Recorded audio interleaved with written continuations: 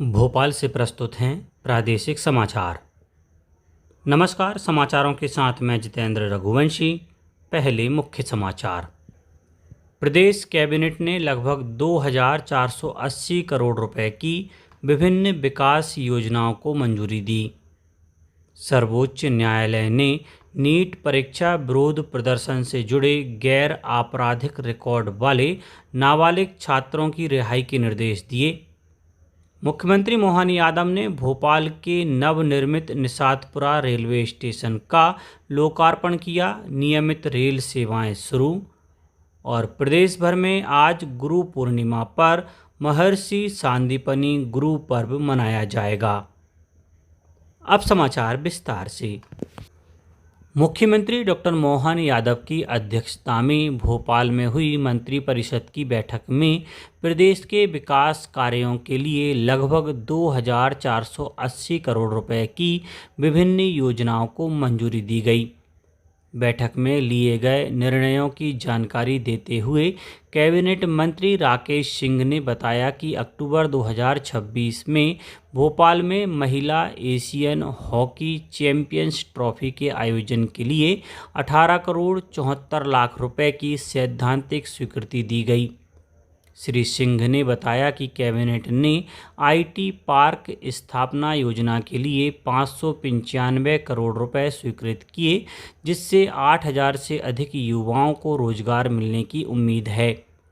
साथ ही कैबिनेट ने रिहंद और मल्हारगढ़ सिंचाई परियोजनाओं, आईटी पार्कों की निरंतरता, महिला सशक्तिकरण, ड्रोन टेक्नोलॉजी आधारित सेंटर ऑफ एक्सीलेंस तथा समर्थन मूल्य पर किसानों को बोनस भुगतान योजना सहित अनेक महत्वपूर्ण प्रस्तावों को मंजूरी दी गई। सर्वोच्च न्यायालय ने गैर आपराधिक रिकॉर्ड वाले 18 वर्ष से कम आयु के छात्र प्रदर्शनकारियों को रिहा करने के निर्देश दिए। न्यायालय ने अधिकारियों को नीट परीक्षा पेपर लीक के विरोध में हुए हालिया राष्ट्रव्यापी प्रदर्शन से संबंधित इलेक्ट्रॉनिक और डिजिटल साक्ष्यों को सुरक्षित रखने का भी निर्देश दिया।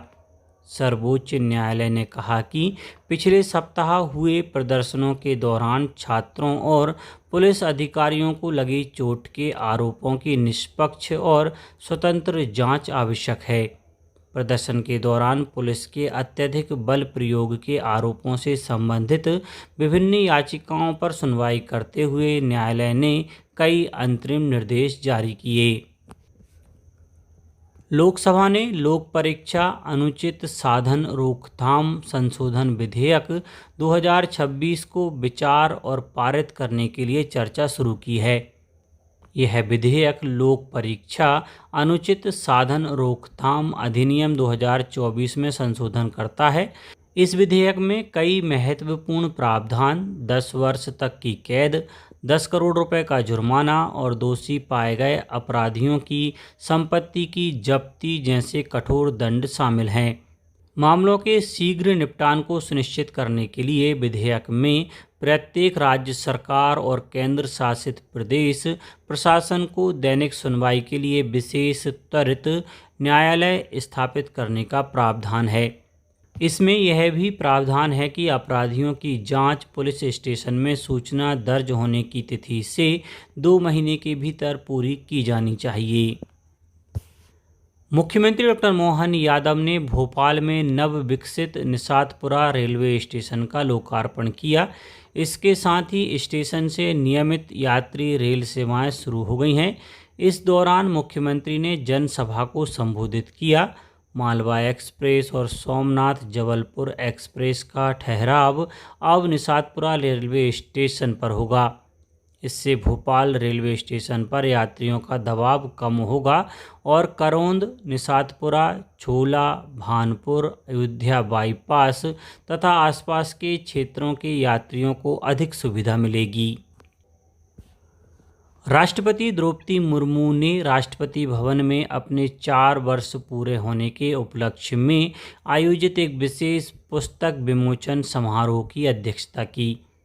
इस अवसर पर उपराष्ट्रपति सीपी राधाकृष्णन ने 5 स्मृति पुस्तकों का विमोचन किया।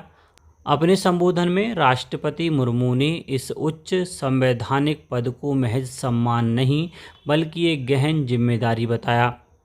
राष्ट्रपति ने कहा कि राष्ट्रपति भवन में उनका आगमन उनके व्यक्तिगत सपनों से भी कहीं अधिक था।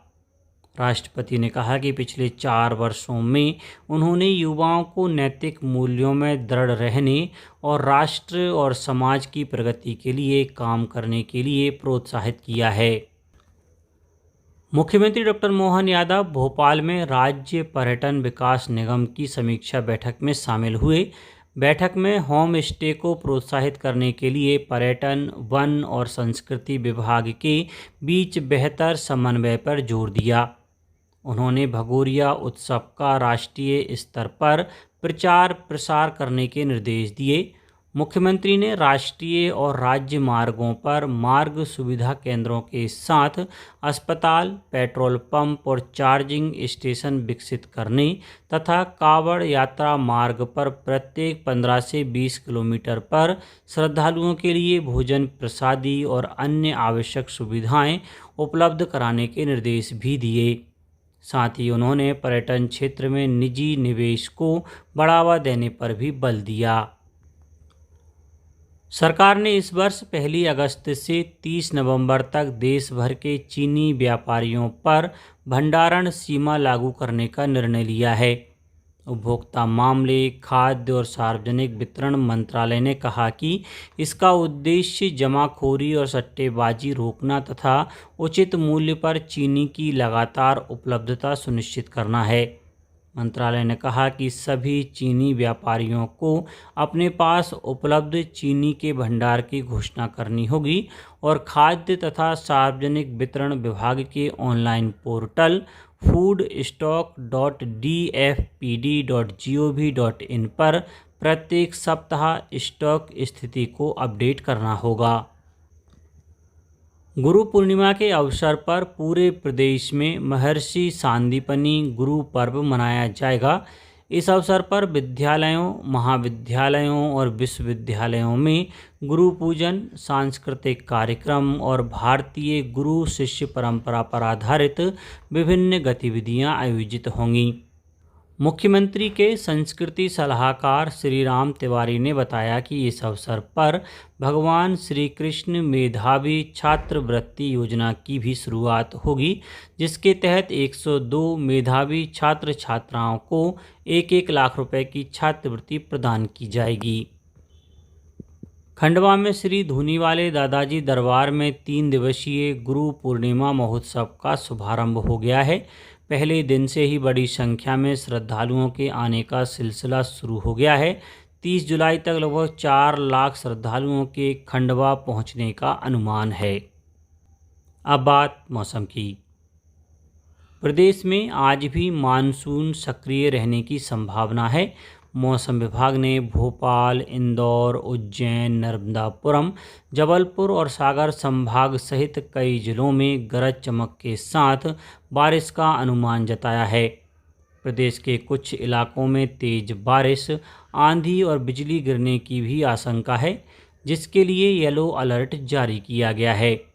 बारिश के कारण अधिकतम तापमान में 2 से 4 डिग्री सेल्सियस तक गिरावट आ सकती है। मौसम विभाग ने लोगों से खराब मौसम के दौरान सतर्क रहने की अपील की है। अब कुछ समाचार संक्षेप में। छिंदवाड़ा में कारगिल विजय दिवस के अवसर पर शहीद परिवार सम्मान समारोह का गरिमामय आयोजन संपन्न हुआ।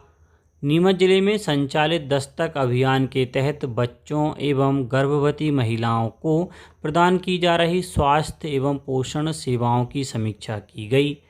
देवास जिले के सोनकच्छ में नशे से दूरी है जरूरी 2.0 अभियान के अंतर्गत जागरूकता कार्यक्रम का आयोजन किया गया। कटनी में रोजगार के अवसर उपलब्ध कराने के उद्देश्य से शुक्रवार 31 जुलाई को रोजगार मेले का आयोजन किया जा रहा है। और शिवपुरी जिले के शासकीय अनुदान प्राप्त और अशासकीय महाविद्यालयों में शैक्षणिक सत्र 2026-27 के लिए स्नातक और स्नातकोत्तर कक्षाओं में प्रवेश की आखिरी तारीख 31 जुलाई निर्धारित की गई है। अंत में मुख्य समाचार एक बार फिर। प्रदेश कैबिनेट ने लगभग 2,480 करोड़ रुपए की विभिन्न विकास योजनाओं को मंजूरी दी। सर्वोच्च न्यायालय ने नीट परीक्षा विरोध प्रदर्शन से जुड़े गैर आपराधिक रिकॉर्ड वाले नाबालिग छात्रों की रिहाई के निर्देश दिए। मुख्यमंत्री मोहन यादव ने भोपाल के नवनिर्मित निषादपुरा रेलवे स्टेशन का लोकार्पण किया। नियमित रेल सेवाएं शुरू। और प्रदेश भर में आज गुरु पूर्णिमा पर महर्षि सांदीपनि गुरु पर्व मनाया जाएगा। आज के इस बुलेटिन में बस इतना ही। नमस्कार।